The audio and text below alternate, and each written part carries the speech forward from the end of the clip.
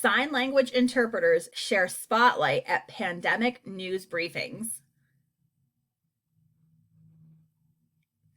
Every day at 2 p.m., residents across Ohio tune into the state news conference for important updates on COVID-19. But they're not just watching for Ohio Governor Mike DeWine. Many are watching for the chance to see and support an unsung hero in the state's aggressive fight against coronavirus, Certified Deaf Interpreter, or CDI, Marla Berkowitz. Since March 12th, Berkowitz, who is also deaf and a lecturer at The Ohio State University, has been live on air with DeWine and other government officials for every single briefing. She's keeping Ohio's deaf community informed about critical information that's delivered with the precision and comfort level only CDIs can provide. According to the Registry of Interpreters for the Deaf Incorporated, or RDI, CDIs are deaf or hard of hearing and have demonstrated knowledge and understanding of interpreting deafness, the deaf community, and deaf culture. The pool of CDIs is smaller than that of Hearing American Sign Language, or ASL, interpreters, which is one reason Berkowitz has gained such a following. She's proving just how important CDIs are in times of crisis. Just like it's often easier for, say, Italian speakers to understand other native Italian speakers versus those with Italian as a second language. It's easier for the deaf community to understand ASL from native speakers who rely on it versus those who learn but don't necessarily need it for all communication. Communication with the deaf is critical during crisis. For these news briefings, Berkowitz doesn't work alone. The Ohio State press conferences have 3 ASL interpreters, a freelance CDI, Berkowitz, and 2 hearing staff ASL interpreters, Christy Horn and Lena Smith. The 3 work together to get the right message across. ASL interpreting is an interactive process involving 2 languages and 2 cultures, one being a visual language, ASL, and deaf culture, and the other being a spoken language, English, and hearing culture, Berkowitz says via email.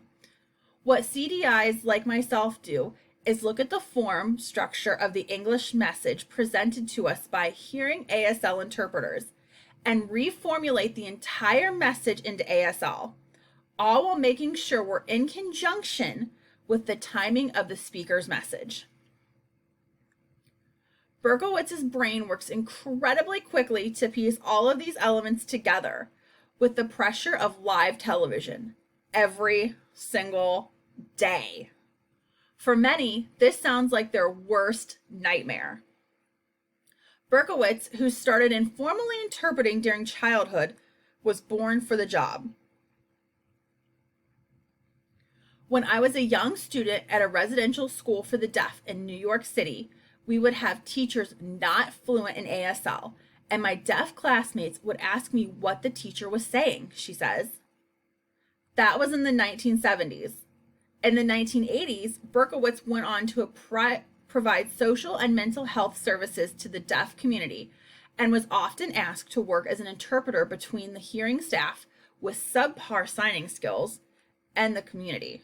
Then she got a job as a lip reader for the family of a man who lost his voice in the hospital before ultimately working toward her CDI certification with the RDI. This certification, she's now the only ASL CDI certified for the state of Ohio, helped her land the high-profile role of on-air CDI for the daily COVID-19 briefings. Opportunities for Ohioans with disabilities contacted Deaf Services Center, and they specifically requested me, Berkowitz says.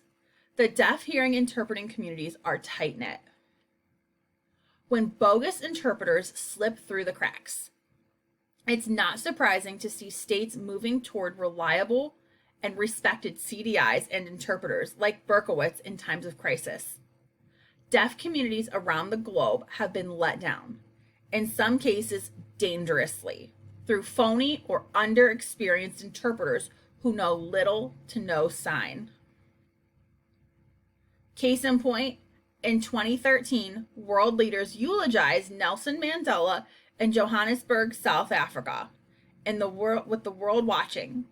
Those in the deaf community couldn't participate because a fraud interpreter was signing non-stop nonsense. Fast forward to Hurricane Irma in Manatee County, Florida in 2017. There was a county employee who had limited sign language knowledge through communicating with his deaf brother, was tasked with interpreting news about mandatory evacuations for the local deaf community. As hearing viewers packed up and prepared for the worst, the deaf community was left with gibberish communication, including the signed words pizza and bear, according to the AP. ASL is a visual gestural language.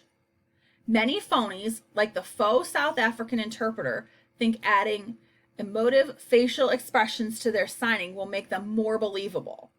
That's because CDIs and ASL interpreters are nothing if not energetic while signing, but each and every movement has a specific purpose. We have grammar markers which indicate whether the speaker is authoritative or calming. All of these are heard as vocal intuitions, which deaf people do not hear, Berkowitz says. It adds nuance to convey a message like stay home with a stern face to emphasize it. Additionally, Berkowitz notes that distinguishing between COVID-19 and, say, SARS or MERS requires the interpreter to fingerspell it. Or, if we're going to emphasize the behavior of coronavirus, like attacking, spreading, or dying, our signs would look different in conjunction with our facial expressions and body movements, she says. ASL appears theatrical or dramatic to anyone unfamiliar with it. However, it is how we convey the message accurately and meaningfully to the general public, who use ASL as their language for communication.